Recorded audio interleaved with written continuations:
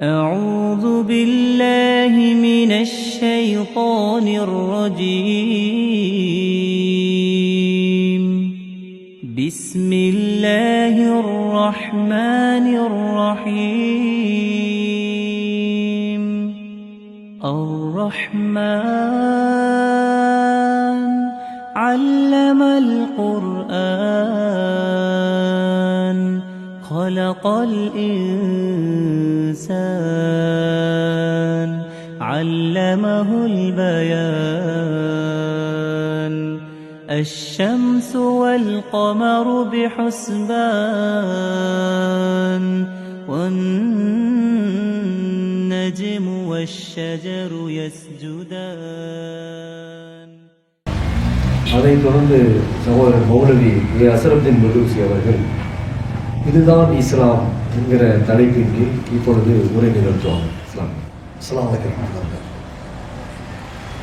அல்ஹம்துலில்லாஹ் அல்ஹம்துலில்லாஹி நஹ்மதுஹு வ நஸ்தஈனுஹு வ நஸ்தக்ஃபிருஹு வ நஊது பில்லாஹி மின் ஷுரூரி அன்ஃபுஸினா வ ஸய்யிஆத்தி அமாலினா மன் யஹ்திஹில்லாஹு ஃபலா முضل லஹு வ மன் யுضلل ஃபலா ஹாதிய லஹு வ அஷ்ஹது அன் லா இலாஹா இல்லல்லாஹு வஹ்தஹு லா ஷரீக லஹு வ அஷ்ஹது அன்ன முஹம்மதன் அப்துஹு வ ரசூலுஹு அம்மா பஅத். அன்பிற்குரிய சகோதரர்களே, பெரியவர்களே, தமிழக முஸ்லிம் ஜமாத் நடத்துகிற இந்த நிகழ்ச்சியிலே இதுதான் இஸ்லாம் என்ற தலைப்பு எனக்கு தேர்வு செய்யப்பட்டிருக்கிறது. எனக்கு முன்னால் பேசிய அருமை சகோதரர் மாலிக் அவர்கள் எதை பேசினார்களோ அதனுடைய தொடர்ச்சியாகத்தான் இந்த தலைப்பும் இருக்கும் என்று நினைக்கிறேன். ஏனென்றால் உமர் ரலியல்லாஹு அவருடைய வரலாறு என்ற தலைப்பில் வேறு ஒரு பேச்சாளர் இங்கு வர இருந்தார் அந்த தலைப்பில் பேசுவதற்கு. அவர் திடீரென்று ஒரு முக்கியமான காரணத்தினால், வர முடியாத காரணத்தினால், திடீர் என்ற எண்ணை மாற்றிய காரணத்தினால் அவருக்கு கொடுக்கப்பட்ட தலைப்பில் குறிப்பிடுவதற்கு நேரமில்லாத காரணத்தால் ஏதாவது ஒரு தலைப்பில் பேசுவோம் என்ற வகையில் இதுதான் இஸ்லாம் என்ற இந்த தலைப்பு இங்கே தேர்ந்தெடுக்கப்பட்டிருக்கிறது. இஸ்லாமிய மார்க்கத்தை பொறுத்த வரைக்கும் இந்த மார்க்கம் ஒரு பயங்கரவாத மார்க்கம் என்று முஸ்லிம் அல்லாத மக்களால் உலகம் முழுவதும் முஸ்லிம் அல்லாத மக்கள் மத்தியிலே பிரச்சாரம் செய்யப்படுகிறது. தமிழ்நாட்டில் மட்டுமல்ல, இந்தியாவில் மட்டுமல்ல, உலகம் முழுக்க இஸ்லாமிய மார்க்கத்தை பற்றி எப்படிப்பட்ட ஒரு பிம்பம், ஒரு கருத்து உருவாக்கம் ஏற்படுத்தப்படுகிறது என்று சொன்னால், முஸ்லிம்களால பயங்கரவாதி, தீவிரவாதிகள், சகிப்புத்தன்மையற்றவர்கள், முஸ்லிம் அல்லாதவர்களை ஜிகாத் என்ற பெயரில் கொலை செய்ய நினைப்பவர்கள் என்றெல்லாம் இஸ்லாமிய மார்க்கத்தை ஒரு தீவிரவாதமான மார்க்கமாக சித்தரிப்பதை நம்ம பார்க்கிறோம். ஆனால் அவங்களுடைய தவறான பிரச்சாரத்திற்கு எதிராக இஸ்லாம் அனைத்து மக்களுடைய நலன் நாடுகிற சகிப்புத்தன்மை மிக்க, மனிதனை மிக்க ஒரு மார்க்கமாக இருக்கிறது. இஸ்லாத்தினுடைய எந்த ஒரு பிரச்சாரத்தை, அறிவுரையை, போதனையை நீங்கள் எடுத்துக்கொண்டாலும் அடுத்தவர்களுடைய நலன் நாட வேண்டும் என்றுதான் இஸ்லாத்தில் சொல்லப்பட்டிருக்கிறத தவிர, நீங்க வெடிகுண்டு வைங்க, துப்பாக்கி எடுத்து முஸ்லிம் அல்லாத மக்களை கொள்ளுங்க, நீங்க அறுவாலை தூக்குங்க, இஸ்லாமிய மார்க்கத்தை வளர்ப்பதற்காக தீவிரவாத செயலில் ஈடுபடுங்க, இப்படி இஸ்லாத்தில் ஒரு இடத்திலையும் பார்க்கவே முடியாது. நபிகள் நாயகம் ஸல்லல்லாஹு அலைஹி வஸல்லம் அவர்கள் இந்த இஸ்லாத்திற்கு இலக்கணம் சொல்கிறார்கள். இஸ்லாம் என்ன, அதுலயே இதுதான் இஸ்லாம் நம்ம தெரிஞ்சுக்கலாம். அத்தீனு அந்நஸீஹா, இஸ்லாம் என்றாலே, மார்க்கம் என்றாலே அடுத்தவர்களுடைய நலனை நாடுவதுதான் என்று நபிகள் நாயகம் ஸல்லல்லாஹு அலைஹி வஸல்லம் அவர்கள் இஸ்லாத்துடைய மறு பெயர் என்ன? நலன் நாடுவது. நபித்தோழர்கள் கேட்கிறார்கள், அல்லாஹ்வுடைய தூதரே, யாருடைய நலனை நாடுவது? நலன் நாடுவதுன்னு சொல்றீங்க, யாருடைய நலனை நாடுவது? நபிகள் நாயகம் சொல்கிறார்கள், லில்லாஹி, முதல்ல இறைவனுக்கு நலன் நாட வேண்டும். உங்களை படைத்த இறைவன் என்று ஒருவன் இருக்கிறான், அவன் சர்வ வல்லமை படைத்தவன். வானம் பூமி இரண்டையும் ஆட்சி செய்யக்கூடியவன்.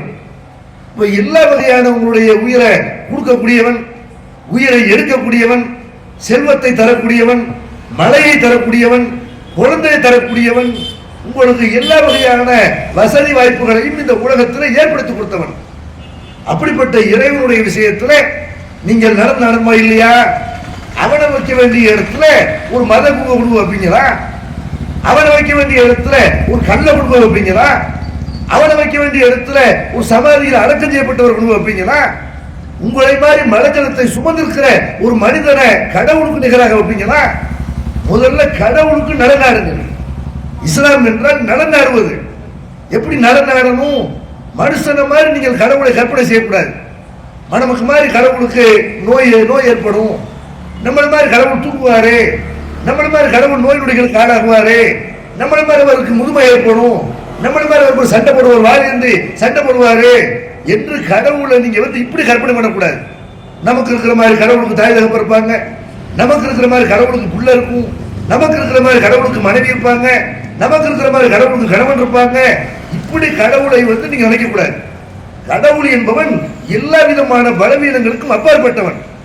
அப்ப அவனை கொண்டு போய் பலவீனமான ஒரு மனிதனோட ஒப்பிட்டு ஒரு பலவீனமானவனாக கடவுளை சித்தரிக்கலாமா? முதல்ல கடவுளுடைய நாட வேண்டும் என்று இஸ்லாமிய மார்க்கம் என்ன செய்யுது? கடவுள் ஒருவன் தான், அவனுக்கு மனைவி கிடையாது, பெற்றோர் கிடையாது, பிள்ளைகள் கிடையாது. நீங்கள் கற்பனை பண்ணுகிற மாதிரியான எந்த உருவத்திலையும் கடவுள் இருக்க மாட்டார். கடவுள் ரொம்ப அழகானவர், கடவுள் உங்களுடைய கற்பனைக்கு எட்டாதவர் என்று இஸ்லாமிய மார்க்கம் கடவுளுடைய நலனை நாட வேண்டும் என்று நபிகள் நாயகம் சொல்கிறார்கள். அதுக்கப்புறம் எந்த நலனை நாடணும்? வலி கிதாபிகி வலி ரசூலிகி, இறை வேதத்துடைய நலனை நாட வேண்டும். உங்களுக்கு ஒரு வேதம் வழங்கப்பட்டிருக்கிறது, குர்ஆன் என்ற ஒரு வேதம் வழங்கப்பட்டிருக்கிறது.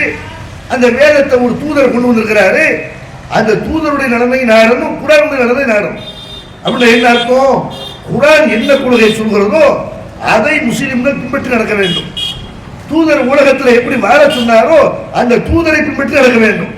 எனக்கு குர்ஆன் வழி வேணாம், நபிகள் நாயகத்துடைய வழிகாட்டுதல் வேணாம், எங்க இமாம்கள் எங்களுடைய அறிஞர் பெருமக்கள் என்ன சொன்னார்களோ அதுதான் எங்களுக்கு வேணும், எங்களுடைய முன்னோர்கள் எதை இஸ்லாமிய பெயரில் எங்களுக்கு காட்டியிருந்தார்களோ அதுதான் எங்களுக்கு வேணும், ஊர்ல உள்ள எல்லாரும் எதை செய்கிறார்களோ அதுதான் எங்களுக்கு வேணும் என்று இஸ்லாமிய மார்க்கத்தை நீங்க எப்படி நினைக்க கூடாது.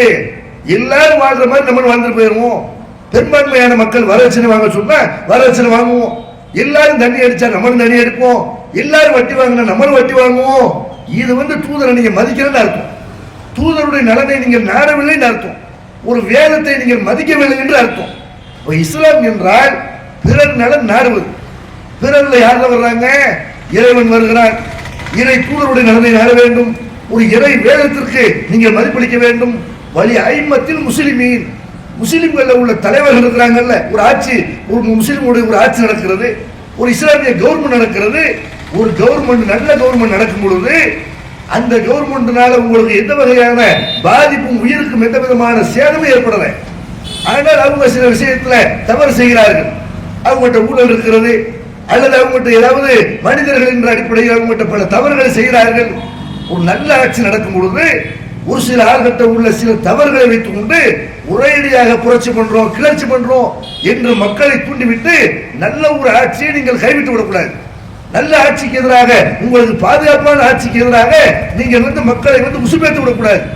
முஸ்லிம் தலைவர்களுக்கு, ஒரு ஆட்சியாளர்களுக்கு நீங்கள் நலநாட வேண்டும். இன்னொருத்தர் நபிகளாக இன்னொருத்தர் சொல்றாங்க, உங்களுடைய முதுகுகளை அடித்து உங்கள் பொருளாதாரத்தை அவர் பிடுங்கக்கூடிய ஆளா இருந்தாலும் சரி ஒரு ஆட்சி தலைமை கட்டப்படுங்க. இது ஒரு மன்னராட்சி மாதிரி ஒரு முறையில அந்த மாதிரியான ஒரு கவர்மெண்ட் நடக்கிறது. அதுக்கு சொல்றாங்க ஜனநாயக நாட்டில் நமக்கு கேட்கிற உரிமை இருக்கிறது. இஸ்லாம் அதை சொல்லுது, அரசர்கள் பண்ணக்கூடிய, ஆட்சி தலைவர்கள் பண்ணக்கூடிய அக்கிரமங்களை கண்ணுங்கடா மறிங்க, ஜாகிரடிங்க, அப்படி இஸ்லாம் சொல்லல. சட்ட ரீதியாக நம்ம என்ன செய்யணும்? ஆட்சி தலைவர்கள் கேட்க வேண்டிய விதத்தில் நம்ம கேட்கணும். நமக்கு என்ன மாதிரியான உரிமைகள் ஒரு நாட்டில் வழங்கப்பட்டிருக்கிறதோ அந்த உரிமைகளை பயன்படுத்தி ஆட்சி தலைவருடைய தவறுகளை நம்ம சுட்டி காட்டணும். அதே நேரத்தில் ஒரு நல்ல ஆட்சிக்கு எதிராக மக்களை கிளர்ச்சி செய்து மக்களை உசுப்பேற்றி விடக்கூடாது, நல்ல ஆட்சியை கெடுத்து விடக்கூடாது. ஆட்சியாளர்களுடைய நலனை நாட வேண்டும். வாமத்தையும் பொதுமக்கள் எல்லா மதத்தவருடைய நலனையும் நாட வேண்டும் என்று நபிகள் நாயகம் ஸல்லல்லாஹு அலைஹி வஸல்லம் அவர்கள் இஸ்லாம் என்றால் என்ன என்று சொல்லும் பொழுது இஸ்லாம் நலன் நாடுவதுதான். இறைவனுக்கு நாடுங்க, இறை தூதருடைய நலனை நாடுங்கள், வேதத்துடைய நலனை நாடுங்கள், அதே மாதிரி ஆட்சித் தலைவருடைய நலனை நாடுங்கள், ஒட்டுமொத்த மனித சமுதாயத்துடைய நலனை நாடுங்கள் என்று இஸ்லாம் என்றால பிறர் நலன் நாடுவதுதான் என்று நபிகள் நாயகம் ஸல்லல்லாஹு அலைஹி வஸல்லம் அவர்கள் சொல்லி காட்டுகிறார்கள். இந்த மார்க்கத்தை தான் அடுத்த மதத்துக்காரர்களை கொலை செய்யக்கூடிய மார்க்கம், கொல்ல சொல்லுகிற மார்க்கம் என்று தப்பு பிரச்சாரம் செய்யப்படுகிறது. அதே மாதிரி நபிகள் நாயகம் ஸல்லல்லாஹு அலைஹி வஸல்லம் கிட்ட ஒரு கேள்வி கேட்கப்படுது, ஐயுல் அமலி அஃதல், அல்லாஹ்வின் தூதரே சிறந்த அமல் எது? இஸ்லாமிய மார்க்கத்தில் சொல்லப்பட்டிருக்கிற செயல்பாடுகள்ல சிறந்த செயல்பாடு எது? நபிகள் நாயகம் சொல்றாங்க, ஈமானும் பில்லாஹ் வ ஜிஹாதும் ஃபீ சபீலிஹி, அல்லாஹ்வை நம்பிக்கை கொள்ளணும். முதல் நீங்கள் செய்ய வேண்டிய நல்ல காரியம் என்ன? அல்லாஹ்வை நம்பிக்கை கொள்ளணும், ஒரு கடவுளை நம்பணும். அதற்கு அடுத்தபடியாக அவனுடைய பாதையில் அறப்போர் புரியணும். ஒரு ஆட்சிக்கு எதிராக ஒருத்தர் வந்து என்ன செய்யறான், இன்னொரு நாட்டில இருந்து குண்டு போட வர்றான், இன்னொரு நாட்டில இருந்து கைப்பற்ற வர்றான். நீங்கள் வேடிக்கை பார்த்து கொண்டிருக்க கூடாது. அப்பாவி மக்களை கொள்ள வர்றான், நீங்க கையேட்டு நிக்க கூடாது. இறைவனுடைய பாதையில போர் செய்ய வேண்டிய தேவை ஏற்பட்டால் ஒரு கவர்மெண்ட்டுக்கு கீழே நின்று நீங்கள் அந்த அறப்போர் புரிய வேண்டும். இது இஸ்லாத்துல சிறந்த காரியம் என்று நபிகள் நாயகம் சொல்றாங்க. அவர் அடுத்து கேட்கிறார், ஃபஅய்யுரிகாபி அஃதல், அடிமைகளை விடுதலை செய்ய வேண்டும் என்று நபிகள் நாயகம் வந்து மக்களுக்கு போதித்திருக்கிறார்கள். நபிகள் நாயகம் ஸல்லல்லாஹு அலைஹி வஸல்லம் அவங்க வாழ்ந்த காலத்தில் 1400 ஆண்டுகளுக்கு முன்னால் அரபு மக்கள்கிட்ட என்ன ஒரு நடைமுறை இருந்துச்சுன்னு கேட்டா, ஆடு மாடுகள் மாதிரி அடிமைகளாக மனிதர்கள் விற்கப்பட்டார்கள். முழுசா வாங்கி வச்சுக்கிடுவாங்க. ஒரு ஆணையோ பெண்ணையோ அவங்க வந்து வெளியூர்வாசியா இருப்பாங்க, போர்ல கைதியாக பிடித்து கொண்டு வரப்பட்டிருப்பார்கள். அவங்களை அடிமையாக வைத்துக் கொண்டு எந்த விதமான சுதந்திரம் கொடுக்காம செய்வாங்க. அவங்க தன்னுடைய வீட்டு வேலைகளுக்கு மற்ற காரியங்களுக்கு எல்லாம் பயன்படுத்திக் கொள்வார்கள். இந்த அடிமை முறையை ஒரேடியாக ஒழிக்க முடியாது. எல்லார்கிட்ட முஸ்லிம்கள் கூட பிற மதத்தவர்கிட்ட அடிமைகளாக இருப்பார்கள். நபிகள் நாயகம் என்ன பண்றாங்கன்னு கேட்டா, காசு கொடுத்து வாங்கி வச்சிருக்கிற அடிமையை சும்மா அடிமை கிடைக்க மாட்டாரு, காசு கொடுத்து பொருள் கொடுத்து வாங்கி வைத்திருப்பார்கள். நபிகள் நாயகம் என்ன பண்றாங்கன்னா, சொத்தை இழக்க சொன்னா, காசு பணத்தை இழக்க சொன்னா ஈஸியா இழப்பாங்கன்னா, தர்மம் பண்ண சொல்லி ஜக்காத்து கொடுக்க சொல்லி எல்லாம் நிறைய தன்னுடைய அறிவுரைகளை குறிப்பிட்டிருக்கிறார்கள். அதே நேரத்தில் அடிமை இழக்க சொன்ன சும்மா இழக்க மாட்டார்கள், அதற்கு நிறைய நன்மை இருப்பதாக சொல்லணும். அப்படி அல்லாஹ்வின் புறத்திலிருந்து நபிகள் நாயகம் அடிமையை விடுதலை செய்யறத சிறந்த காரியம் என்று குறிப்பிட்டிருக்கிறார்கள். அப்ப மக்கள் கேட்கிறாங்க, அடிமைகளை விடுதலை செய்வது என்றால் எந்த அடிமையை விடுதலை செய்வது சிறந்தது? நபிகள் நாயகம் சொல்றாங்க, ஆளாகா சமணன் வான்புசுகா இந்த அகலிகா, யார் தன்னுடைய எஜமானத்துல ரொம்ப தகுதி வாய்ந்தவராக இருப்பாரோ, யார் வந்து அதிக விலை கொடுத்து வாங்கப்பட்டிருப்பாரோ அந்த அடிமையை, காசு கம்மியா கிடைக்கிற அடிமையை அவங்கள வசிக்க மாட்டாங்க, அவங்கள விரட்டி விட்டுருவாங்க. அல்லது யாரோ ஒரு ஆள் வாங்கிடுவாங்க, அதிக விலை கொடுத்து வாங்கி வச்சிருப்பாங்கல்ல, அந்த அடிமையை நீங்க நிறைய காசு கொடுத்து விடுதலை பண்ணுங்க. இது இஸ்லாமிய மார்க்கத்தில் அடிமையை விடுதலை செய்யறதுல சிறந்த அம்சம் குறிப்பிடுறார்கள். அப்ப அந்த நபி தூதர் கேட்கிறாங்க, அல்லாஹ்வுடைய தூதரே ஃபஇல்லம் அஃபல், நான் இதை செய்யல, நான் வந்து செய்யல, அடிமையை விடுதலை செய்யற அளவுக்கு என்கிட்ட பொருளாதாரம் இல்லை. அப்ப என்ன பண்றது? துயினு சாயிரன் அவ் தஸ்னவுலி அஹ்ரக, நீ என்ன பண்ணணும்னு கேட்டா, பலவீனமான ஆளுக்கு உதவி செய். அதாவது உழைச்சு சம்பாதிக்க முடியாத இருப்பான்ல, கைகள் உண்டியா இருப்பான், கண் தெரியாத இருப்பாங்க, அந்த மாதிரி உழைச்சு சம்பாதிக்க முடியாத இருப்பான், அந்த வயசான இருப்பாங்க, அவர்களுக்கு உதவி செய்யி. பலவீனமான ஆளுக்கு நீ உதவி செய்யி, அல்லது உழைக்க முடியாத ஆளுக்கு நீ உதவி செய்யி அப்படின்னு சொல்றாங்க. அவர் திரும்ப கேட்கிறார், அல்லாஹ்வுடைய தூதரே அதை நான் செய்யல, அதுக்கு கூட வழி இல்லாம இருக்கிறேன். அப்ப என்ன பண்றது? நபிகள் நாயகம் ஸல்லல்லாஹு அலைஹி வஸல்லம் சொல்றாங்க, தலவு நாசமில் சரி, மக்களுக்கு வந்து என்ன தீங்கு செய்யாத, இன்னகா சலக்கத்தும் தசந்தக்கு மிக ஆளா நப்சிக்க, இது உனக்கு நீ செய்து கொள்ளக்கூடிய நன்மை, உனக்கு நீ செய்து கொள்ளக்கூடிய தர்மம் என்று உன்னால ஒரு நன்மை செய்ய முடியலையா, அடுத்த ஆளுக்கு எந்த தீங்கு செஞ்சிடாரு. யாருக்கு எதிராகவும் நீங்க எந்த செய்யக்கூடாது. எந்த நடவடிக்கை, யாரை பத்தி புறம் பேசுறது, அவதூறு பரப்புறது, ஒரு ஆளை பத்தி இட்டுக்கட்டி பேசுறது, ஒரு ஆளை அடிக்கிறது, ஒரு ஆளை கொலை செய்யறது என்று உங்களால் என்ன செய்யக்கூடாது. ஒரு ஆள் மேல கல்ல விட்டு எறிகிறது என்று எந்த வகையான இடைஞ்சலும் யாருக்கும் பண்ணிவிடாதீர்கள். இதுதான் உனக்கு நீ செய்து கொள்ளக்கூடிய நன்மை என்று நபிகள் நாயகம் ஸல்லல்லாஹு அலைஹி வஸல்லம் அவர்கள் இஸ்லாமிய மார்க்கத்துல சிறந்த செயல்பாடு எது என்று கேட்கும் பொழுது சில விஷயங்களை சொல்றாங்க. இதையெல்லாம் என்னால கடைபிடிக்க முடியாவிட்டால் என்ன செய்யறதுன்னு கேட்கும்போது, யாருக்கு இந்த தீங்கு செய்யாத. அப்ப இஸ்லாம் என்ன, அடுத்தவருக்கு எந்த வகையான தீங்கும் செய்யக்கூடாது என்று விரும்புகிற ஒரு மார்க்கம் தான் இஸ்லாமிய மார்க்கம். அதே மாதிரி நபிகள் நாயகம் ஸல்லல்லாஹு அலைஹி வஸல்லம் அவங்களிடத்துல முஸ்லிம்கள் இஸ்லாத்தை ஏற்பதற்காக வேண்டிய முஸ்லிம் இல்லாத மக்கள் தான் வருவார்கள். வந்து நாங்க இஸ்லாத்துக்கு வர்றோம் அப்படிமாங்க. இஸ்லாத்துக்கு வர்றா இருந்தா பேரை மாத்திக்கிட்ட முஸ்லீம் ஆயிட முடியாது. இஸ்லாத்துக்கு வந்து விட்டால் இஸ்லாத்துக்கு வருவதற்கென்று எந்த சடங்கு சமுதாயம் கிடையாது. இஸ்லாத்துக்கு வர்றா இருந்தா இந்த நீ பூணூல் மாத்தணும், இதை தொப்பி போடணும், இந்த மாதிரி காரியத்தை பண்ணணும், இஸ்லாத்துல ஏதாவது சடங்கு இருக்குதான்னு கேட்டா அப்படி எந்த சடங்கு கிடையாது. ஒரு கொள்கையை வாயளவில் சொல்லி அதை கடைபிடித்தால் ஒரு முஸ்லிம். என்ன கொள்கை? வணக்கத்திற்கு தகுதியானவன் இறைவன் ஒருவனை தவிர வேற யாரும் இல்லை, முகமது நபி இறைவனுடைய தூதர் என்று இதை சொல்லணும். லா இலாஹ இல்லல்லாஹ் முஹம்மது ரசூலுல்லாஹ் என்று சொல்லணும். அப்ப இதை சொல்லிட்டா ஒருத்தர் முஸ்லீம் ஆயிடுவாரு. இதை சொல்லிட்டு அவங்க வந்தாங்க. அப்படி வரக்கூடிய நேரத்தில் நபிகள் நாயகம் ஸல்லல்லாஹு அலைஹி வஸல்லம் அவர்கள் அவங்ககிட்ட சில உறுதிமொழிகளை பெறுகிறார்கள், சில கோரிக்கைகளை வைக்கிறாங்க. இதெல்லாம் கடைபிடிச்சா தான் இஸ்லாத்துக்கு வர முடியும். எதை சொல்றாங்க? ஜரீர் இப்னு அப்துல்லா என்ற ஒரு நபி தோழர் குறிப்பிடுகிறார்கள், பாயாத்து ரசூலுல்லாஹி ஸல்லல்லாஹு அலைஹி வஸல்லம் அலா இகாமி ஸலாத் வ ஈதாஇ ஸகாத் வன் நுசுகி லிகுல்லி முஸ்லிமின். நபிகள் நாயகம் அவர்களிடத்தில் நான் இஸ்லாத்தை ஏற்கும் பொழுது தொழுகையை நிலைநாட்டுவேன் என்று என்னிடத்தில் உறுதிமொழி வாங்கினார்கள், ஜக்காத்தை கொடுக்க வேண்டும் என்று என்னிடத்தில் உறுதிமொழி வாங்கினார்கள், எல்லா மனிதர்களுக்கும் நலன் நாட வேண்டும் என்று நபிகள் நாயகம் என்னிடத்தில் உறுதிமொழி வாங்கினார்கள் என்று இஸ்லாத்துக்கு வரக்கூடிய நேரத்திலேயே ஒரு மனிதர்கிட்ட நபிகள் நாயகம் என்ன உறுதிமொழி வாங்குறாங்க? எல்லா மக்களுக்கும் நீ நலன் நாடணும், இஸ்லாத்தில் வந்து விட்டால் யாருக்கும் எந்த வகையான தொந்தரவும் உண்டால் ஏற்படக்கூடாது என்று அடுத்தவருடைய நலனை நாடினாதான் நீ முஸ்லீமா இருந்து விட்டு அடுத்தவனுடைய கடமையில கள்ள விட்டு எரிஞ்சுட்டா, அடுத்தவனுடைய பொருளை போய் திருடுனீங்கன்னா, அடுத்தவனை வியாபாரம் பண்றதுங்கிற ஏமாத்துனீங்கன்னா நீ முஸ்லீம் ஆயிட முடியாது, நபிகள் நாயகத்தை பின்பற்றியவனாக முடியாது. எல்லா முஸ்லிம்களுக்கும் நலன் நாட வேண்டும் என்று நபிகள் நாயகம் ஸல்லல்லாஹு அலைஹி வஸல்லம் இஸ்லாத்துக்கு வரக்கூடிய ஆளுகிட்ட உறுதிமொழி வாங்கினார்கள் என்ற செய்தியை அவருடைய வரலாற்றில் பார்க்கிறோம். இதெல்லாம் ஆதாரப்பூர்வமான வரலாறாக பதிவு செய்யப்பட்டிருக்கிறது. இதெல்லாம் கதை இல்லை, கற்பனை இல்லை. ஒவ்வொன்றுக்கும் நம்ம சொல்லக்கூடிய ஒவ்வொன்றுக்கும் ஆதாரம் இருக்கிறது. அதே மாதிரி நபிகள் நாயகம் ஸல்லல்லாஹு அலைஹி வஸல்லம் எதையெல்லாம் கவனிக்கிறாங்க? மக்களுக்கு எந்த வகையான துன்பத்தையும் ஒரு முஸ்லீம் தரக்கூடாது. அப்படிப்பட்ட அறிமுறைகளை சொல்லி காட்டாங்க. இதெல்லாம் யாரும் சிந்திக்க மாட்டார்கள். நம்ம நாட்டை பார்க்கிற ஒரு அற்புதமான நாடு, அற்புதமான நாடுன்னா அதாவது அனைத்து மதத்தவர்களும் அண்ணன் தம்பியாக பழகிறோம், மாமா மச்சானாக பழகிறோம். எல்லா வகையிலையும் எந்த விதமான மத கலவரத்தை தூண்டிவிடக்கூடியவர்களுக்கு ஆதரவாக இங்கே உள்ள மக்கள் இல்லை. ஒரு ஜனநாயகம், மதச்சார்பின்மை இதெல்லாம் கடைபிடிக்கப்படக்கூடிய ஒரு நாடு. ஆனால் மக்கள்கிட்ட வந்து ஒழுக்கம் இருக்கிறதா, பண்பாடு இருக்கிறதா, சுகாதாரம் இருக்கிறதா பார்த்தா சுகாதாரத்துல நம்ம கடைசி நிலைமையில இருக்கணும். ஒரு பஸ் ஸ்டாண்ட்ல போய் நம்ம மனிதர்கள் நிலைக்கு போக முடியுமா? பஸ் ஸ்டாண்டு பக்கம் போனாலும் ஒரு ஊர்ல பஸ் ஸ்டாண்ட் இருந்துச்சுன்னா கரெக்டா தெரிஞ்சிடும். ஒரு நாள் நல்லா தூங்கிட்டு இருப்பாரு, பஸ் ஸ்டாண்ட் வந்து கரெக்டா தெரிஞ்சிருக்கீங்க, அவ்வளவு நாட்டமா இருக்கும். அந்த மாதிரி சிங்கப்பூரை மாற்றணும், இதை மலேசியாவை மாற்றணும்ல எத்தனையோ ஆட்சி தலைவர்கள் பொறுப்பாளர்கள் என்ன செய்யறாங்க? ஒரு நல்ல ஒரு சுகாதாரம் மிக்க ஒரு நாடாக, தூய்மையான நகரமாக ஆக்கணும் அப்படின்னு நினைக்கிறார்கள். ஆனா மக்கள் திருந்தாத வரைக்கும் ஆட்சி தலைவர்கள் சட்டம் போட்டு அவங்க சுகாதாரத்தை அறிவுரை சொல்லி அது நடக்குமாறு பார்க்கிற எவ்வளவு அருமையான முறையில் பஸ் ஸ்டாண்டை கட்டி போட்டாங்க. பஸ் ஸ்டாண்ட்ல ஒரு யூரின் போனாலும் தண்ணி ஊற்ற மாட்டான், மழை நடிச்சாண்டா தண்ணியை ஊற்ற மாட்டான். ஆனா நம்ம பெண்களை இன்னொருத்த பார்க்கலாமா? நம்ம சிறுநீர் கழிச்சது அது நோயிலே அது கிருமிகள் உருவாகாதா?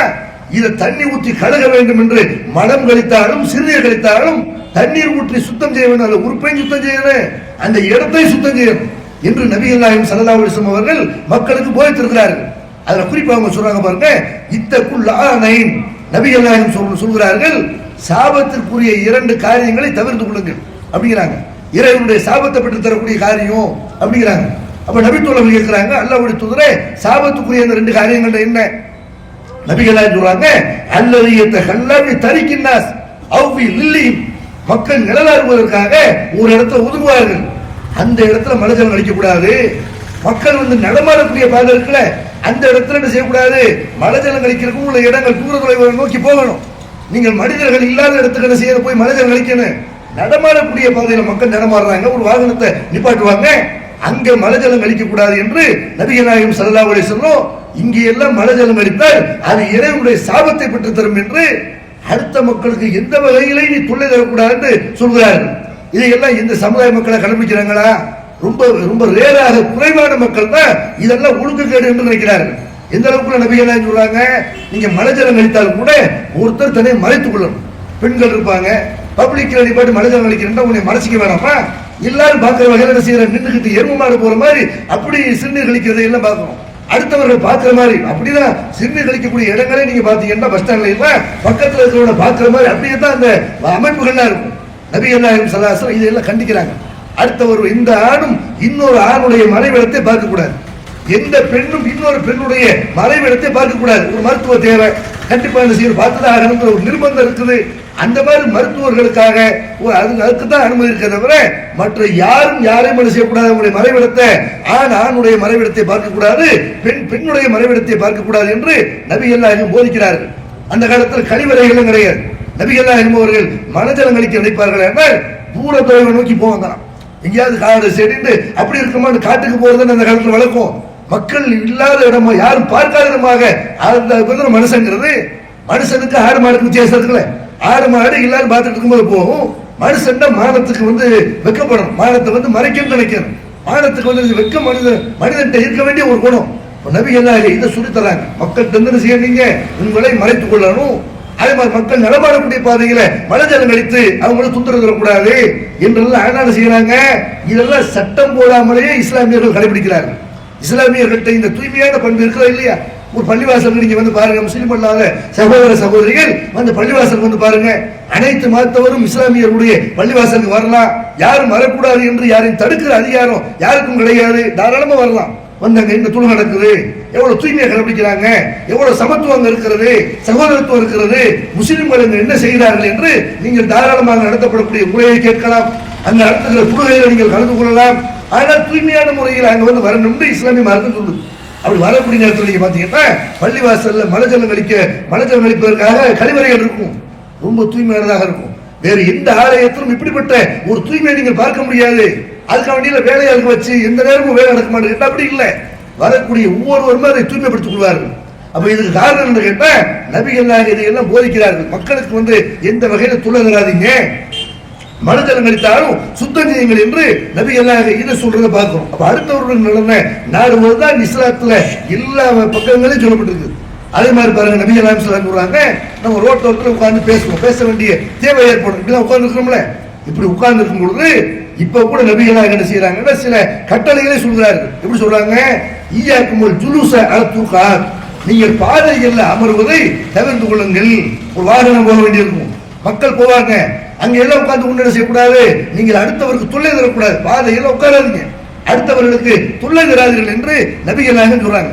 அப்ப நபி தோழர் கேட்கிறாங்க, அல்லாஹ்வுடைய தூதரே, மாலனா புத்த இன்னமாகிய மஜாலிசுனா நதஹத்தஸு ஃபீஹா, நாங்க அங்க உட்கார வேண்டி வருமே, ஏதாவது இப்படி பேச வேண்டி வருமே, எப்படி பாதையில உட்காரக்கூடாது என்றால் எப்படி நாங்க ரோட்டோரத்தில் நின்று பேசுறது என்று நபி தோழர்கள் கேட்கிறார்கள். நபிகளாக சொல்றாங்க, அப்படி ஒரு வேலை உட்கார்ந்து ஆக வேண்டும் என்ற ஒரு எண்ணம் இருந்தால், அப்படி ஒரு நிர்பந்தம் இருந்தால் ஃபாத்து தரிக ஹக்கஹு, பாதைக்கு உரிய உரிமைகளை கொடுத்து விடுங்கள் அப்படிங்கிறாங்க. பாதைகளுக்குரிய உரிமை என்ன? சஹாபாக்கள் கேட்கிறாங்க. அப்ப அல்லாஹ்வுடைய தூதர் நபிகளாக சொல்றாங்க, கல்லுல் பஸர், பார்வையை தாழ்த்தணும்.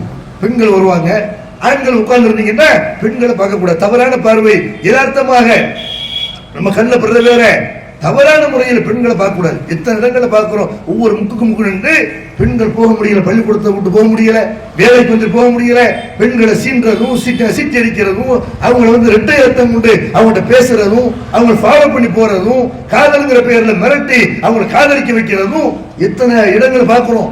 நபிகள் சொல்றாங்க, நீங்க பாதையில உட்கார்ந்தா பார்வையை தாழ்த்துங்க. ஆண்கள் உட்கார்ந்த பெண்களை பார்க்காதீங்க, பெண்கள் உட்கார்ந்த ஆண்களை பார்க்காதீங்க. பார்வையை தாழ்த்துவது அதனுடைய உரிமை என்று குறிப்பிடுறார்கள். அதே மாதிரி சொல்றாங்க, கஃபுல் ஆதா, மக்களுக்கு தொல்லை தரக்கூடியதை பாதையிலிருந்து அப்புறப்படுத்தணும். நீங்க ஒரு பாதையில உட்கார்ந்து இருக்கிறீங்க, நிக்கிறீங்க, பேசிட்டு இருக்கிறீங்க, அந்த இடத்துல ஏதோ ஒரு கம்பி கீழே கிடக்குது, ஒரு கல்லு கிடக்குது, நம்மளால என்ன செய்வான், எவன்டா உருவான்னு பார்த்துக்கிட்டு இருப்பான். விழுந்தாலும் எடுத்து செல்போன் எடுத்து செய்யறான், அதை படம் பிடிச்சிட்டு இருக்கிறான், அதை லைவ் பண்ணிட்டு இருக்கிறான். நபிகளாக சொல்றாங்க, நீங்கள் ரோட்டோரத்தில் நிற்பீர்களே ஆனால் பாதையில துளை தரக்கூடியதை அப்புறப்படுத்த வேண்டும் அப்படிங்கிறாங்க. அதே மாதிரி வரத்து சலாம், உங்களுக்கு போற ஒரு ஆளுங்க என்ன செய்யறாங்க, சலாம் கொடுக்குறார்கள். அஸ்ஸலாமு அலைக்கும் சொன்னா அதுக்கு பதில் சொல்லணும். பணக்காரனை பார்த்த சலாம் சொல்லுவேன், ஆலிம் சார் பார்த்த சலாம் சொல்லுவேன், எனக்கு தெரிஞ்ச ஆளை பார்த்த சலாம் சொல்லுவேன் அப்படின்னு இல்லாம யார் சலாம் சொன்னாலும் சரி, உங்களுக்கு ஒரு முகமது சொல்கிறார்களா அவங்களுக்கு மறுபதில் சொல்லுங்கள் அப்படிங்கிறாங்க.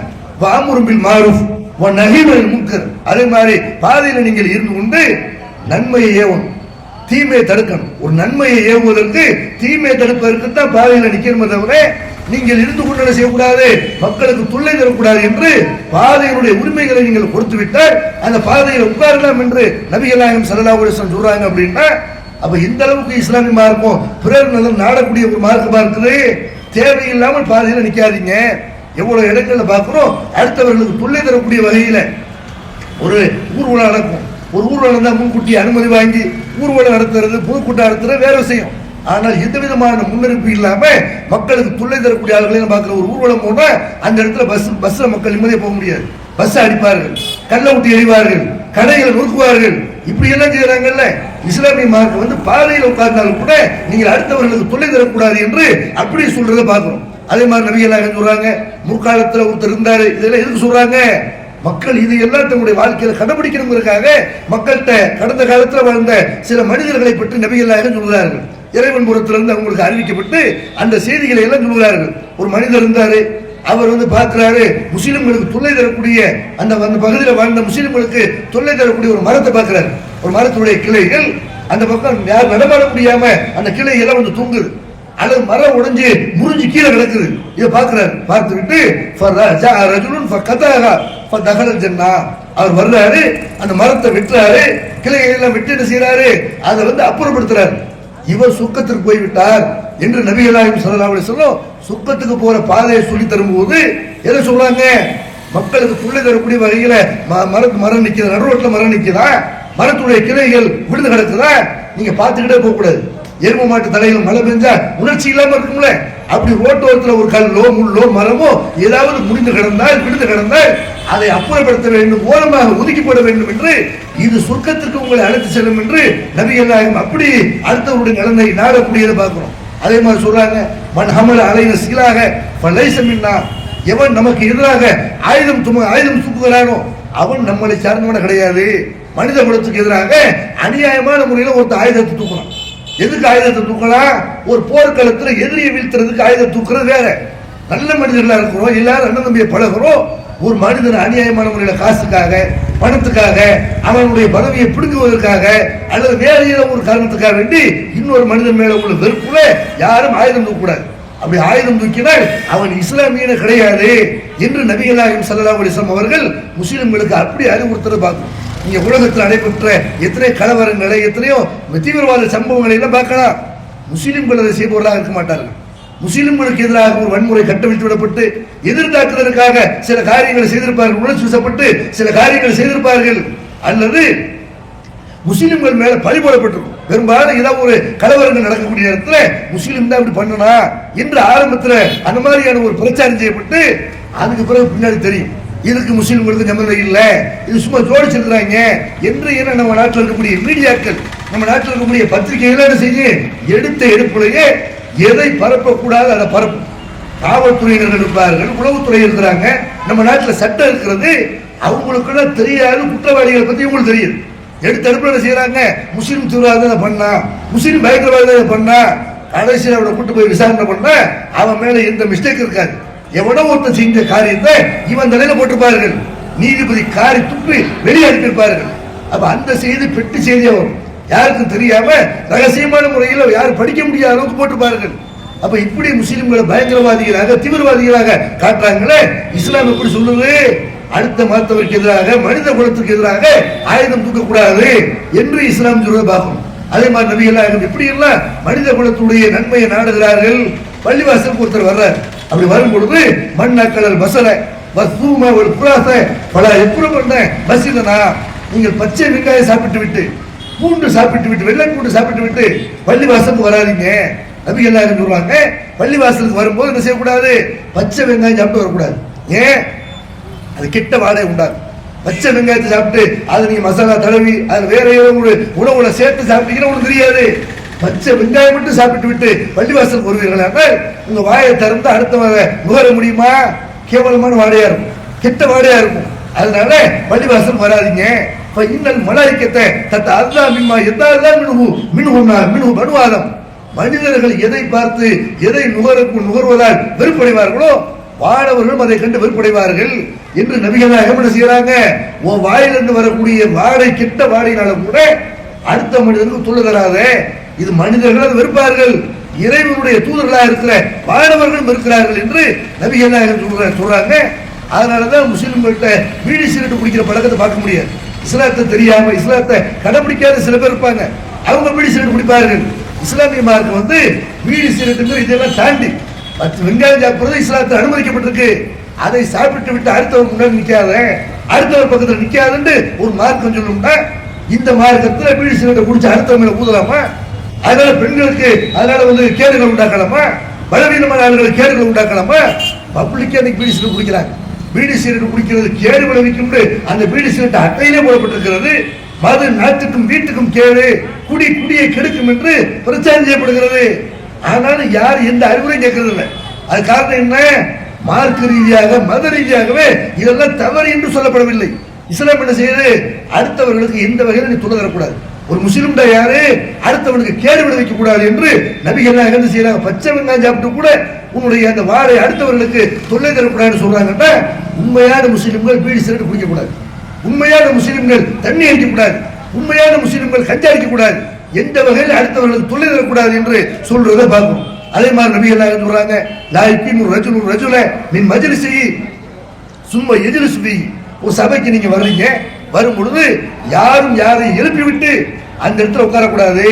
ஒரு பணக்காரர் வர்றாரு, ஒரு விஐபி வர்றாரு, அவருக்காக என்ன செய்யக்கூடாது? உட்கார்ந்து இருக்கிற ஒரு ஏழை எழுப்பிடக்கூடாது. இங்கிலீஷ் போடா இவர் உட்கார்ட்ட என்று அஜர்த்து வர்றாரு. இங்க அஜர்த்தா இருந்தாலும் யாரா இருந்தாலும் அவருக்கு எங்க இடம் கிடைக்கணும் அந்த சபையில உட்காருவதுதான் அதுதான் கண்ணியம். அப்ப எந்த விதமான ஒரு வெட்கை இல்லாம ஒரு மனுஷன் நம்மள மாதிரி ஒரு மனுஷனை நம்ம எழுப்புறோம்ங்கிற ஒரு பண்பாடு இல்லாம பண்பாடு கெட்டவர்கள் என்ன செய்யறாங்க? இதையெல்லாம் தங்களுடைய கிரேட் என்று நினைக்கிறார்கள். ஒரு ஆளை எழுப்பி விட்டு அந்த இடத்துல நம்மளை உட்கார வைப்பது இதையெல்லாம் கண்ணியம் நினைக்கிறார்கள். கிடைக்கிற இடத்துல நீ உட்காரணும். உனக்கு முன்கூட்டியே இந்த சீட்டு வேணும்னா முன்னாடி வரணும். நீ லேட்டா வந்து என்ன செய்யக்கூடாது? இன்னொருத்தனை எழுப்பி விட்டு நீ அங்க உட்காரக்கூடாது என்று நபிகள் இதுல எல்லாம் மனிதத்தை பாக்குறாங்க. அவன் ஏழை இல்லையா? ஒரு ஏழைன்னா அவன் மனுஷன் இல்லையா? அவனுக்கு உணர்ச்சி இருக்காங்க. இப்ப விஐபிக்கு தான் உணர்ச்சி இருக்குமா? அவனுக்கு தான் கௌரவமா? அவனுக்கு தான் கண்ணியமா? எல்லா மனிதர்களும் மதிக்கப்பட வேண்டியவர்கள், எல்லா மனிதர்கள் மீதும் நேசம் கொள்ள வேண்டும் என்று இதையெல்லாம் நபிகள் கவனிக்கிறத பார்க்கணும். அதே மாதிரி பார்க்கிற நபிகள் சொல்றாங்க, ஒரு உணவுல ஒரு விருந்துல நீங்க கலந்துக்கிறீங்க, அந்த விருந்திலேயே மோசமான விருந்து எது தெரியுமா? ஷர்ரு தாமி தாமுன் வலிமதி யுவாலஹல் அகனியா வ யுத்ரகுல் ஃபுகரா.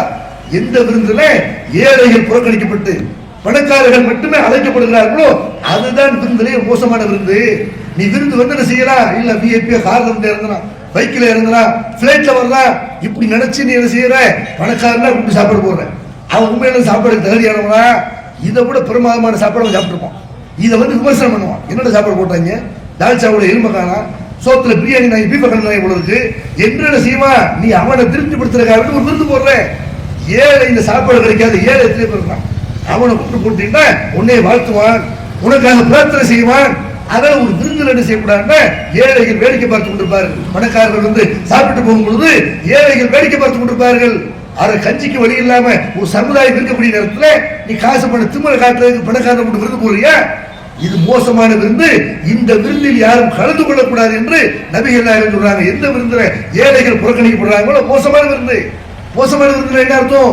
அந்த விருந்துல கலந்துக்கிறாரு. முஸ்லிம்கள் பெரும்பாலான முஸ்லிம்கள் மட்டும் இல்ல, முஸ்லிம்கள் இல்லாத மக்களும் இந்த பண்பாடையெல்லாம் கடைபிடிக்கிறாங்க. ஆனால் சில இடங்கள்ல நீங்க பாத்தீங்கன்னா ஒரு ஆளுக்கு மட்டும் விருந்துல முக்கியத்துவம் பார்க்கும். சொந்தக்காரன் வரலாம், மந்தக்காரன் வரலாம். விருந்து வந்துவிட்டால், ஒரு சபை என்று வந்துவிட்டால் எல்லாரும் சமம். அங்க போய் செய்யக்கூடாது. மச்சான் தால்ச்சா ஊத்துறான், மாமனுக்கு பிரியாணி எடுத்து போடுறா, எங்க அண்ணனுக்கு அதை எடுத்து போடுறா, பெரியப்பாவுக்கு இதை எடுத்து போடுறா, இதெல்லாம் வரக்கூடாது. சபை என்று வந்துவிட்டால் அண்ணன் தம்பி மாமா மச்சான் ஓரத்தில் தூக்கி வைத்து விட்டு எல்லாரும் மனிதர்கள். இப்படி இஸ்லாமிய மார்க்கம் செய்த சில பகுதியில் பார்த்தீங்கன்னா ஆம்பளையில மட்டும் விருந்து கூப்பிடுவாங்க. பொம்பளை ஆம்பளை சொல்லிட்டா போதும், பொம்பளை மனசு கிடையாது, அவளை மதிக்க வேண்டிய தேவையில்லை என்று பெண்கள் விருந்து அழைக்கப்படுறது கிடையாது. நபிகள் என்ன செய்யறாங்க? விருந்துல பாரபட்சம் கூடாது. விருந்துன்னு கூப்பிட்டீங்கன்னா ஒரு ஆளை கூப்பிட்டு எவ்வளவு கூடமா இருக்கிற, ரெண்டு பேரும் மனுஷன் தான், ஏழை கூடு பணக்காரனை கூப்பிடு என்று நபிகள் என்ன செய்யறாங்கன்னா அப்படி சொல்றதை பார்க்கிறோம். இதுல என்ன செய்யறாங்க? அடுத்தவருடைய நலனை நாடுகிறார்கள், அடுத்த மனிதனுடைய மனதை பார்க்க வேண்டும் என்று நபிகள் சொல்றாங்க. அதே மாதிரி பாதிக்கப்படுறாங்க மக்கள் என்ன செய்யறாங்க? நம்ம நல்லா இருக்கணும் நினைக்க கூடாது, நமக்கு ஒரு பிரச்சனை இல்லை, நம்ம நிம்மதியா இருக்கிறோம் அப்படின்னு நினைக்காம சமுதாயத்தை பற்றி அக்கறை கொள்ள வேண்டும். சமுதாயத்தில் யாராவது பாதிக்கப்பட்டார்களே ஆனால் சிரமப்படுவார்கள் என்றால் அவர்களுக்காக என்ன செய்யணும்? அப்படி நிறைய மக்கள் இருக்கிறார்கள். அப்படி பாதிக்கப்பட்ட மக்கள், ஒரு மருத்துவமனையினால ஒருத்தன் பாதிக்கப்பட்டிருக்கலாம், ஒரு காவல்துறையினால ஒரு பாதிக்கப்பட்டிருக்கலாம், அல்லது ஒருத்தர் வெளிநாட்டு கூட்டு போறேன்னு சொல்லி ஏமாத்திருக்கலாம், அல்லது ஒரு முஸ்லீம் என்ற காரணத்திற்காக, ஒரு தாழ்த்தப்பட்டவன் என்ற காரணத்திற்காக, ஒரு சிறுபான்மை சமுதாயத்தை சார்ந்தவன் என்ற காரணத்திற்காக ஒருத்தர் கொலை செய்யப்பட்டிருக்கலாம், கற்பழிக்கப்பட்டிருக்கலாம். இந்த மாதிரியான அக்கிரமங்கள் நடைபெற வேண்டும் ஆனால் அதையெல்லாம் தடுக்கணும். பாதிக்கப்பட்டவன் பின்னால் இருக்க வேண்டும், பாதிக்கப்பட்டவனுக்கு உதவ வேண்டும். என்று நபிகளாக இதையெல்லாம் சொல்றாங்க. இஸ்லாம்னா இன்னைக்கு முஸ்லீம்களே என்ன நினைக்கிறாங்கன்னா, இஸ்லாம்னா தொழுகை சொல்லி தரக்கூடிய மார்க்கம், இஸ்லாம்னா நோன்பை சொல்லி தரக்கூடிய மார்க்கம், இஸ்லாம்னா ஜக்காத் ஹஜ்ஜி நேர்ச்சை பண்றது, மக்காவுக்கு போய் ஹஜ் செய்யறது, இதை சொல்லி தரக்கூடிய ஒரு சடங்குகளுடைய தொகுப்பு என்றுதான் முஸ்லீம்கள் நினைக்கிறார்கள். இஸ்லாம்னா என்ன? இஸ்லாம்னா வணக்க வழிபாடு சொல்லி தரக்கூடிய, கடவுளுக்கு எப்படி வழிபாடு செய்யறது, இறைவனை எப்படி தொழுவது, இதற்கு பேர் தான் இஸ்லாம் என்று நினைக்கிறார்கள். அதனாலதான் இஸ்லாம் சொன்ன மாதிரி முஸ்லிம்கள் கல்யாணம் பண்றது இல்லை. முஸ்லிம்களுடைய திருமணத்துல வரவேற்சனை இருக்கிறா இல்லையா? முஸ்லிம்களுடைய திருமணத்துல தேவையற்ற ஆடம்பரங்கள் இருக்கிறா இல்லையா? முஸ்லிம்கள் பட்டாசு வெடித்து தங்களுடைய காசுகளை நெருப்பாக்குகிறார்கள் இல்லையா? இதுக்கெல்லாம் என்ன காரணம்? முஸ்லிம்கள் தண்ணி அடிப்பது, முஸ்லிம்கள் அடுத்தவனுடைய பொருளாதாரத்திற்கு ஆசைப்படுவது, இப்படி எல்லாம் இருக்கிறதுக்கு என்ன காரணம் கேட்டா, இஸ்லாம்னா என்னன்னு விளங்கல. இஸ்லாம்னா அல்லாஹ் போய் பள்ளிவாசல தொழுது விட்டால், ஏதோ பள்ளிவாசல் உதவி செய்து விட்டால் அல்லாஹ் மறுமையில சொர்க்கத்தை தருவான் அப்படி நினைக்கிறார்கள். முஸ்லிம் பேர் வச்சுட்டா சொர்க்கத்துக்கு போயிட முடியாது. ஒரு முஸ்லிமுக்கு பிறந்து விட்டதால் சொர்க்கத்துக்கு போயிட முடியாது. இஸ்லாம்னா என்ன விளங்கும்? நபிகள் நாயகம் ஸல்லல்லாஹு அலைஹி வஸல்லம் இஸ்லாத்தை பத்தி என்ன செய்யறாங்க? மக்களுக்கு சொல்றாங்க. 7 விஷயங்களை நபிகள் நாயகம் அந்த மக்களுக்கு ஏவுறாங்க. அந்த 7 விஷயத்தை நபி தோழர் பரா இப்னு ஆசிப் என்ற ஒரு நபி தோழர் சொல்றாங்க. நபிகள் நாயகம் எங்களுக்கு 7 விஷயங்களை கட்டளையிட்டாங்க. என்ன விஷயத்தை கட்டளையிட்டாங்க? இயாதத்தல் மரி, ஒரு ஆள் நோய்வாய்ப்பட்டிருக்கிறாரு, போய் நல்லா விசாரிக்க. ஒருத்தர் மேல என்ன செய்யணும்? ஒரு நோயாளின்னு சொன்னா ஏழையா இருப்பான், மருந்து வாங்குறதுக்கு வழி இல்லாதவனா இருப்பான். ஒரு அன்னைக்கு நோயாளியை படுத்துறாங்கன்னா 4 நாளைக்கு வேலைக்கு போக முடியாது. ஒரு நோயாளி என்று சொல்லிவிட்டால் அந்த குடும்பங்கள் கஷ்டப்படுவார்கள். அல்லது நோயாளி என்ன செய்வான்? அவனுக்கு மரண பயம் ஏற்படும், அதனால தனிமையை உணர்வான், எல்லாரும் ஒதுக்கக்கூடிய ஒரு நிலைமை ஏற்படும். இந்த நோயாளியை சந்திச்சு நல்லா விசாரிக்கணும், அவனுக்கு ஆறுதல் சொல்லணும், அவனுக்கு உதவியை செய்யணும். ஒருத்தர் ரோட்ல அடிபட்டு கிடக்குறாங்க, காத்துக்கிட்ட போறாங்க. பல பேர் என்ன செய்யறாங்க? நமக்கு எதுக்கு வேலை, தேவையில்லாத வேலை, யாராவது ஒருத்தர் போன் பண்ணுவான், ஏதாவது ஒரு ஆம்புலன்ஸ் வரு, இப்படி கடந்து போகிறார்கள். இஸ்லாமிய மார்க்கம் எதை நபிகளாக மக்கள் சொல்றாங்கன்னா, நோயாளி எப்படி சந்தி, அப்ப அவனுக்கு என்ன பிரச்சனை பார்க்கணும். ஆம்புலன்ஸை கூப்பிட வேண்டிய தேவை ஏற்பட்டால் நின்று என்ன செய்யணும்? ஆம்புலன்ஸை கூப்பிடணும். ரத்தம் தேவைப்பட்டால் அவனுக்கு ரத்தம் கொடுக்கணும். பொருளாதார உதவி செய்ய முடியுமே என்றால் பொருளாதார உதவி செய்யணும். நோயாளியை நலம் விசாரிக்க வேண்டும் என்று நபிகள் நாயகம் அதை சொல்கிறார்கள். அதே மாதிரி சொல்றாங்க, வத்திபாயி ஜனாயிஸ், ஒரு ஜனாசா போகிறது, ஒரு இறந்து போனவருடைய பிரேதம் போகிறது, அந்த பிரேதத்தை பின்தொடரணும். யாருடைய பிரேதம்? பணக்காரருடைய பிரேதம் பார்க்க கூடாது, அஜத்துடைய பிரேதம், ஊர்ல முக்கியமானவருடைய பிரேதம் அப்படி நினைக்க கூடாது. ஒரு ஜனாசா செல்லுமே ஆனால் நீங்கள் அவன் யாராக இருந்தாலும் என்ன செய்யணும்? அதை பின்பற்றி நீங்கள் செல்ல வேண்டும். அடக்கம் என்ற வரைக்கும் என்ன செய்யணும்? அதுல நீங்கள் கலந்து கொள்ளணும். அவருக்காக நடைபெறக்கூடிய பிரார்த்தனையில தொழுகையில பங்கு பெறணும். இதெல்லாம் நன்மை என்று நபிகள் நாயகம் மக்களுக்கு சொல்கிறார்கள். அதே மாதிரி சொல்றாங்க, தஸ்மீத்தில் ஆத்திஸ், ஒருத்தர் தும்முறாரு, தும்முனா அல்ஹம்துலில்லாஹ் சொல்ல வேண்டும் என்று நபிகள் நாயகம் வழிகாட்டுகிறார்கள். ஒருத்தர் தும்முறாருன்னா ஆரோக்கியமா இருக்கிறது அர்த்தம். அடிக்கடி தும்முவாங்கல்ல, காய்ச்சல்னால சளினால தும்முவாங்கல்ல, அந்த தும்மடி இல்ல. நார்மலா ஒருத்தர் தும்முறாரு, ஒரு தடவை 2 தடவை தும்முறாருன்னா அல்ஹம்துலில்லாஹ் அல்லாஹ் புகழணும். அவருடைய அந்த தும்மலின் காரணத்தினால் இறைவன் என்ன செய்யறான்? ஒரு சின்ன துவாரத்தை வச்சிருக்கிறான், அது மட்டும் பெரிய துவாரமா இருந்துச்சுன்னா உடம்புல உள்ள எல்லாத்தையும் வெளியே கொண்டு வந்துருமா. அப்படி 5000க்கும் மேற்பட்ட அந்த கிருமிகளை வெளியே கொண்டு வரக்கூடிய ஒரு அற்புத வேலையை தான் தும்மல் செய்கிறது. இந்த தும்மல் வரும்பொழுது அல்ஹம்துலில்லாஹ், அல்லாஹ்வுக்கு எல்லா புகழும், நான் உசுரோட இருக்கிறேன், என் இதயம் சிறப்பாக செயல்படுகிறது என்று அதுக்கு அர்த்தம். இந்த மாதிரி ஒருத்தர் தும்முறாருன்னா அவருக்கு நீங்க என்ன பண்ணணும்? இரஹமுக்கல்லாஹ், அல்லாஹ் உங்களுக்கு அருள் புரியட்டும், இப்படி மறுமொழி சொல்லணும். எப்படி இஸ்லாம் மனிதநேயத்தை, சகோதரத்துவத்தை, ஒற்றுமையை சொல்லி தருது பாருங்க. ஒருத்தருக்கு ஒருத்தர் நடனாலும் அல்ஹம்துலில்லாஹ்னு ஒருத்தர் சொல்றாரா, இரஹமுக்கல்லாஹ், அல்லாஹ் உனக்கு அருள் புரியட்டும். இவர் பிரார்த்தனை பண்ணார்ல, கேட்டு தும்மி அல்ஹம்துலில்லாஹ்னு சொன்னவரை கேட்டு ஒருத்தர் இரஹமுக்கல்லாஹ்ங்கறார்ல, தும்முனவர் சும்மா உட்காரக்கூடாது. அவர் திரும்ப இவருக்கு கவனித்து வாசிக்கணும். எகதிக்கும் உள்ளாகும் வைசுலிகு பாலக்கும், அல்லாஹ் உங்களுக்கு நேர்வழி காட்டட்டும், உங்களுடைய நிலைமைகளை பிரச்சனைகளை சீர் செய்யட்டும் என்று இவர் அவருக்கு மறுமொழி சொல்ல வேண்டும் என்று நபிகள் நாயகம் இப்படி எல்லாம் போதிக்கிறார்கள். தும்மியவருக்கு மறுமொழி சொல்வது நபிகள் நாயகம் கட்டளையிட்ட 7 விஷயங்கள்ல அது ஒண்ணு. அதே மாதிரி நபிகள் நாயகம் சொல்றாங்க, ரத்து சலாம், சலாமுக்கு பதில் சொல்லு, அஸ்ஸலாமு அலைக்கும் முகத்தை திருப்பி போக கூடாது. சண்டைக்காரனா இருக்கலாம், உனக்கு அவளுக்கு இடையில பகைமை இருக்கலாம், 3 நாள் தான். யாரும் யாருக்கும் இடையில சண்டை போடுவதாக இருந்தா 3 நாளைக்கு மேல பேசாமல் இருக்க கூடாது. அப்படி இருந்தால் அது ஹராம் என்று நபிகள் நாயகம் சொல்றாங்க. பன்றி இறைச்சியை சாப்பிடுவது எப்படி ஹராமோ, மதுபானத்தை அருந்தினால் அது எப்படி ஹராமோ, 3 நாளைக்கு மேல தன் சகோதரனோட, உறவினர்களோட, அண்டை வீட்டாரோட, நண்பனோட பேசாமல் இருப்பது ஹராம் என்று நபிகள் நாயகம் சொல்றாங்க. அப்ப சலாம் சொல்றாங்க, உனக்கு பதில் சொல்லு. 3 நாளைக்கு உள்ள கோபமா இருந்துக்க, மனுஷன் கோபம் வரும், மனுஷன் ஆத்திரம் வரும். கோவப்படாம ரோசை இல்லாம இருக்கிறவனுக்கு பேர் மனுஷன் இல்ல. 1 நாளைக்கு கோபப்படுக்கப்பா, 2 நாளைக்கு கூப்பிட்டுக்க, 3 நாளைக்கு கூப்பிட்டுக்க, 4வது நாள் பேசணும். நீ அவனுக்கு சலாம் சொல்லணும், அவன் உனக்கு சலாம் சொன்ன நீ அதுக்கு பதில் சொல்லணும். இப்படி நபிகள் நாயகம் சொல்றாங்க. அதே மாதிரி சொல்றாங்க இஜாபத்து தாயி, விருந்துக்கு கூப்பிடுறாங்கல்ல அதுக்கு பதில் கொடுக்கணும்.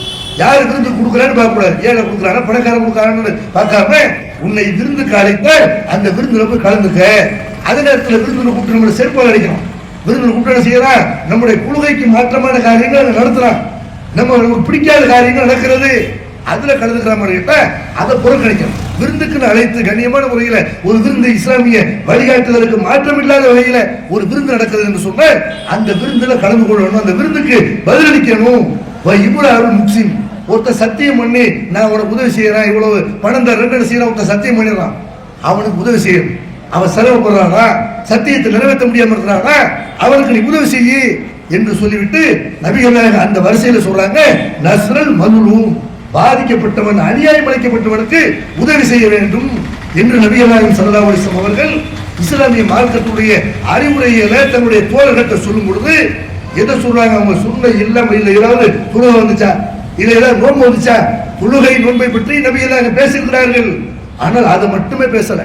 இறைவனை இப்படி வழிபடுறது, இப்படி ஹஜ்ஜுக்கு போறது, இதை மட்டுமே பேசல. நபிகள் நாயகத்துடைய அறிவுரைகள் நீங்கள் எடுத்துக்கொண்டீர்கள், லட்சக்கணக்கான அறிவுரைகள்ல பெரும்பாலான அறிவுரைகள் எந்த அறிவுரை? அடுத்தவருடைய நலனை நாடணும், பிற மனிதனை நேசிக்கணும், அந்யோன்யமாக அவன் பழகணும், இதைத்தான் நபிகள் நாயகம் சொல்லியிருப்பார்கள்.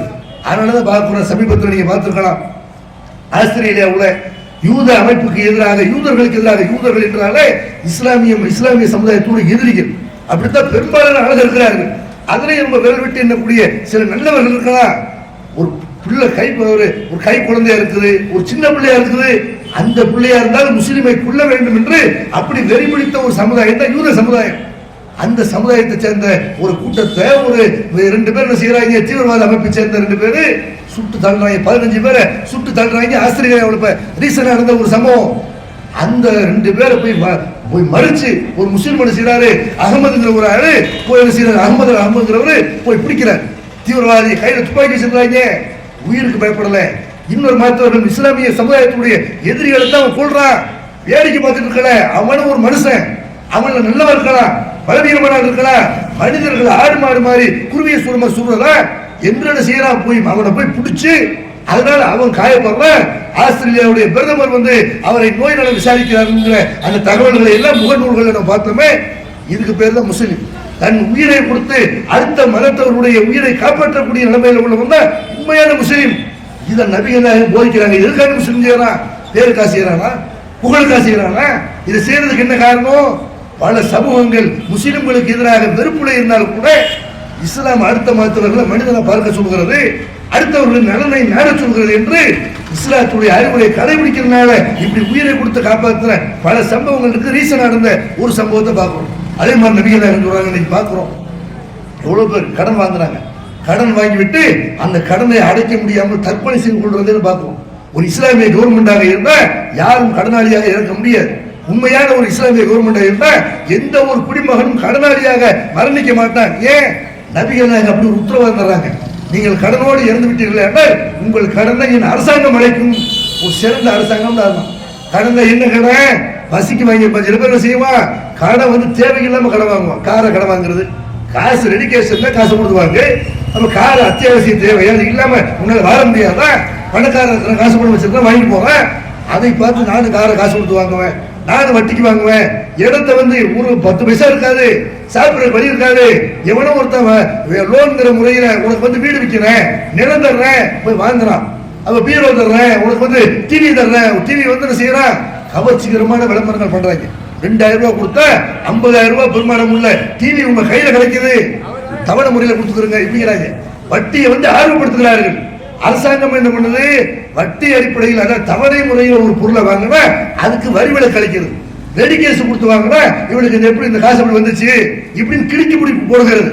அப்ப எல்லாரும் என்ன செய்யலாம்? ரெடி கேஸ் கொடுத்து வாங்க நினைக்கிறவங்க கூட எதுக்கு தேவையில்லாத வேலை, எதுக்கு நிறைய வரி செலுத்தணும், எதுக்கு தேவையற்ற கேள்விகள் நம்ம சந்திக்கணும், இதெல்லாம் என்ன செய்வோம்?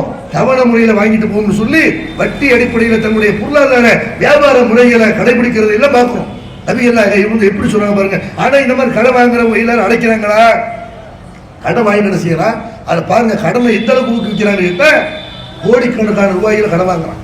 பேங்கில் இருந்து ஏழை மக்களுடைய பணம், அப்பாவிகளுடைய பணம், அன்றாட தன்னுடைய பிள்ளைகளுடைய திருமண செலவுக்காகவும் தன்னுடைய பிள்ளைகளுடைய எதிர்காலத்துக்காக வேண்டியும் ஒரு சேமிப்புன்னு சொல்லி பேங்கில் கொண்டு போய் செய்யற பணத்தை போடுறா. இவங்க வாரி இறைக்கிறாங்க. வள்ளல் பரம்பரை வாரி இறைக்கிறான். எத்தனை கோடி வேணாலும் வாங்கிக்க. அந்த மாதிரி கோடிக்கணக்கான ரூபாயை வாங்கிவிட்டு ஒருத்த இந்த நாட்டை விட்டு ஓடி போகிறார்கள். அரசாங்கம் ஒண்ணு செய்ய மாட்டேங்குது. என்ன பண்ண முடியும்? பிடிச்சி உள்ள ஒரு 6 மாசம் ஜெயில போடுவான தவிர அவனை ஏதாவது பண்ண முடியுமா? நபிகள்லாம் இதனாலதான் செய்யறாங்கன்னா கடன் வாங்குறது பாவம்ங்கிறாங்க. தேவைப்பட்ட வாங்க, தேவையில்லாம செய்யக்கூடாது. கடன் வாங்கக்கூடாது. அதுல ஒருத்த கடன் ஏழை கடன் வாங்கிட்டான், கடன் கொடுக்க முடியாம செலவு பண்றான். அந்த கடனை தள்ளுபடி பண்ணுங்க. நபிகள்லாம் சொல்லி காட்டுறாங்க. உங்களுக்கு முன் வாழ்ந்த சமுதாயத்தில் ஒரு மனிதர் இருந்தார், ஒரு நல்ல மனிதர் இருந்தார். அவர் மரணிக்கக்கூடிய நேரத்தில் அவருடைய உயிரை கைப்பற்றுகிற மாணவர் அவருடைய உயிரை கைப்பற்ற வர்றார். வரும் பொழுது அவர்கிட்ட கேட்கிறார், எப்படி ஏதாவது நன்மை செஞ்சிருக்கலையா, ஏதாவது நன்மை செஞ்சிருந்தா அதை எங்கிட்ட சொல்லு. அவர் சொல்றாரு, இல்ல எனக்கு தெரிஞ்சு ஒரு நன்மை நான் செய்யல அப்படிங்கிறார். இல்ல ஏதாவது ஒரு நன்மை, எந்த மனுஷனா இருந்தாலும் எவ்வளவு கெட்டவனா இருந்தாலும் ஒரு நேரத்துல ஒரு நன்மை செஞ்சிருப்பான்ல. அப்ப இறைவன் ஒரு மனிதன் மீது கருணை கொண்டு செய்யறான்னு கேட்டா, ஒரு மனிதன்கிட்ட உள்ள நல்ல விஷயம் இருந்துச்சுன்னா அதுக்காக வேண்டிய ஒரு கூலி கொடுக்கப்பட வேண்டும் என்று இறைவன் விரும்புகிறான். மாணவர்கள் அப்படி கேட்கிறாங்க, ஏதாவது நன்மை செஞ்சிருக்கியா? அவர் சொல்றாரு, என்கிட்ட நிறைய பேர் கடன் வாங்குவாங்க, கடன் கொடுக்க முடியாம அவங்க இருக்கிறாங்கன்னா வசதி உள்ள ஆளான்னு பார்ப்பேன். வசதி உள்ள ஆளா இருந்தா டைம் கொடுப்பேன், கால அவகாசம், இன்னும் 3 நாள் கழிச்சு கொடு, ஒரு 2 மாசம் கழிச்சு கொடு, 10 மாசம் கழிச்சு கொடு என்று தவணை கொடுப்பேன். கஷ்டப்படக்கூடிய ஆளா இருந்தா இந்த ஊர்ல வேலை பார்க்கிறவரை கூட்ட செய்வேன், கடனை வசூலிக்கிற ஆள் இருப்பார்ல அவரை கூப்பிட்டு இவருடைய கடனை தள்ளுபடி பண்ணிடு என்று கடனை தள்ளுபடி செய்து விடுவேன் என்று அவர் சொல்றார். அல்லாஹ் என்ன செய்யறான்னு கேட்டா, இவனுக்கு என்னுடைய அடியன் மேல ஒரு மனிதன் மேல இவ்வளவு அன்பு இருக்குது, இவ்வளவு இறக்கம் இருக்குன்னா எனக்கு இவன் மேல இறக்கம் இருக்காவா? இவனுடைய பாவங்களை நான் தள்ளுபடி பண்றேன் என்று ஒரு மனிதனுடைய கடனை தள்ளுபடி செய்த மனிதருக்கு இறைவன் சொர்க்கத்தை கொடுத்தான் என்று நபிகள் நாயகம் சொல்லி காட்டுறாங்கன்னா, இப்படிப்பட்ட ஒரு அற்புதமான மார்பு, அடுத்தவருடைய நலனை சிரமப்படக்கூடியவருடைய நலனை நாடக்கூடிய மார்பு, எந்த வகையிலையும் அடுத்த மனிதர்கள் சிரமப்படக்கூடாது என்று நினைக்கிற இந்த மார்க்கத்தை தான் முஸ்லிம்களை கொல்லணும், முஸ்லிம்களை அழிக்கணும், முஸ்லிம்களை வழிபாடு செய்யக்கூடாது, முஸ்லிம்களுக்கு தொந்தரவு கொடுக்கணும் என்றெல்லாம் பேசுறது பார்க்கிறேன். இப்படிப்பட்ட ஒரு மார்க்கம் அனைத்து சமுதாய மக்களுடைய அனைத்து மனிதர்களுடைய நலனை நாடக்கூடிய ஒரு மார்க்கம். அதே மாதிரி ஒரு வியாபாரம் பண்றீங்க, வியாபாரம் பண்றாருந்தா ஒரு முஸ்லீம் எப்படி வியாபாரம் பண்ணணும்? கலப்படம் பண்ணக்கூடாது, இஸ்லாம் சொல்லுது. அளவு நிர்வகில மோசடி பண்ணக்கூடாது. குர்ஆன்ல இதுக்காக வேண்டிய ஒரு அத்தியாயம், ஒரு வசனம் இருக்கிறது. வயலுள்ளில் முத்தஃபிஃபீன் அல்லதீன இதத்தாலு அலன்னாஸ் யஸ்தஃபூன் வைதா காலுஹும் அவ் வஸனுஹும் யுஸிரூன் அலா யதுன்னு உலாயிக அன்னஹும் மபூதுன லியௌமின் அதீம் யௌம யகுமுன் நாஸு ரப்பில் ஆலமீன். அளவு நிர்வகில மோசடி செய்யக்கூடியவர்களுக்கு கேடு உண்டாகட்டும், அவர்கள் நாசமாகட்டும். இவர்கள் அளந்து நிறுத்து வாங்கும் பொழுது தாராளமாக நிறுத்து வாங்கிக் கொள்கிறார்கள். அடுத்தவர்களுக்கு அளந்து நிறுத்து கொடுக்கும் பொழுது அதில் குறைக்கிறார்கள். அகிலத்தின் அதிபதியாகிய இறைவனுக்கு முன்னால் நாளை மறுமை நாளையில் இவர்கள் எழுப்பப்படுவார்கள், விசாரிக்கப்படுவார்கள் என்பதை பயப்பட வேண்டாமா என்று குர்ஆனில் இறைவன் எச்சரிக்கை பண்ணுகிறான். எப்படி எச்சரிக்கை பண்றான்? நீ அளந்து நிறுத்து வாங்குற, என்ன செய்யற? நிறைய வாங்கிக்கிற, அளந்து கொடுக்கும்போது உள்ள கொண்டு போய் வச்சுக்கிறது. எடை மிஷின் செய்யறது அவன் பார்க்கணுமா இல்லையா? அவன் முன்னாடி வாங்குற ஆள் முன்னாடி நிறுத்து காட்டணும், அழுத காட்டணும், முன்னாடி வச்சுக்கிறது. இவன் இஷ்டத்துக்கு 100 கிராம் போல 50 கிராம் குறைச்சு கொடுக்கிறது. இதுவும் மறுமையில் விசாரிக்கப்படும் இறைவன் முன்னிலையில். இதுவும் மிகப்பெரிய பாவம் என்று திருமறை குர்ஆன் சொல்லுது. அதே மாதிரி நபிகள் நாயகம் மார்க்கெட்டுக்கு வர்றாங்க, கடை வீதிக்கு வர்றாங்க. வரும் பொழுது அங்க நிறைய வியாபாரம் நடக்கிறது. ஒருத்தர் தானியத்தை பூச்சி வச்சிருக்கிறார். அதுல பார்த்தா நபிகள் நாயகம் கையை விடுறாங்க. நபிகள் நாயகம் நம்ம நபிகள் நாயகத்தை எப்படி முஸ்லிம் இல்லாத மக்களும் நினைக்கிறாங்கன்னா, நபிகள் நாயகம் பள்ளிவாசலே இருப்பாங்க, தஸ்பீஹ் விட்டுட்டு இருப்பாங்க, தொழுகை திக்ரு பயான் அப்படி இருப்பாங்க, இப்படி நினைக்கிறார்கள். நபிகள் நாயகம் ஸல்லல்லாஹு அலைஹி வஸல்லம் ஒரு ஆன்மீக தலைவராகவும் இருந்தார்கள், ஆட்சி தலைவராகவும் இருந்தார்கள். எப்படிப்பட்ட ஆட்சி தலைவரே? சாதாரணமா யாருடைய துணையும் இல்லாமல் தனியாக நடந்து வருவார்கள். வர்றாங்க, கடை வீதிக்கு வர்றாங்க. அங்க நடக்கக்கூடிய மோசடிகளை எல்லாம் கண்காணிக்க வேண்டும் என்று கடை வீதிக்கு வருகிறார்கள்.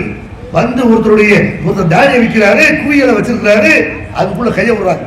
விட்டா உள்ள ஈரமா இருக்குது, நனைஞ்சு போனதை தண்ணி பட்டதை அடியில் வச்சுக்கிட்டு காய்ஞ்சு போனதை மேல வச்சிருக்கிறாரு. நபிகள் கேட்கிறாங்க, என்ன பையுது? இல்ல தண்ணி பட்டுருச்சு. தண்ணி பட்ட மேல வைக்கணும்ல, அதை தனியா வைக்கணும்ல, அதையும் அடியில வச்சு ஏன் மறைக்கிற?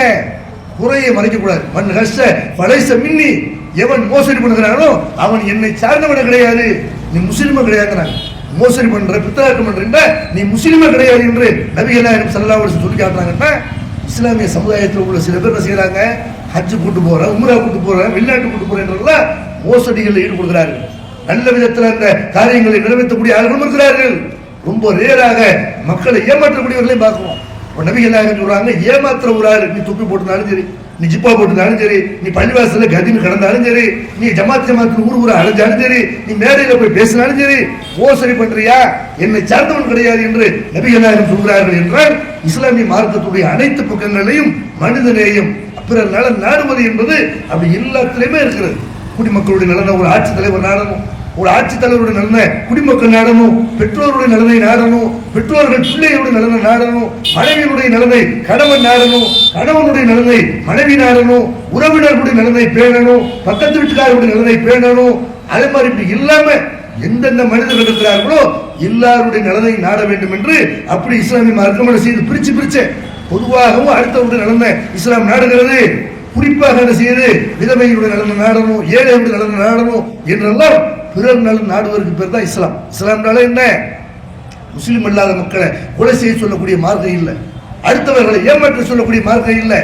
திருட்டை கண்டிக்கிறது, பொய் சொல்வதை கண்டிக்கிறது, கலப்படம் செய்வதை கண்டிக்கிறது, லஞ்சம் வாங்குவதை கண்டிக்கிறது, ஊழல் செய்வதை கண்டிக்கிறது, எல்லா வகையான சமூக தீமைகளையும் இஸ்லாம் கண்டிக்கிறது. அடுத்தவர்கள் எந்த வகையிலே பாதிக்கப்படக்கூடாது என்று விரும்பக்கூடிய ஒரு மார்க்கம் இந்த இஸ்லாமிய மார்க்கம். இந்த இஸ்லாமிய மார்க்கத்தை முஸ்லிம்களும் சரியான முறையில் புரிந்து கொள்ளணும், முஸ்லிம் அல்லாத மக்களும் புரிந்து கொள்ளணும். நமக்கு மத்தியில் இருக்கிற அண்ணன் தம்பி உறவு, மாமன் மச்சான் உறவு என்றும் தொடர வேண்டும்.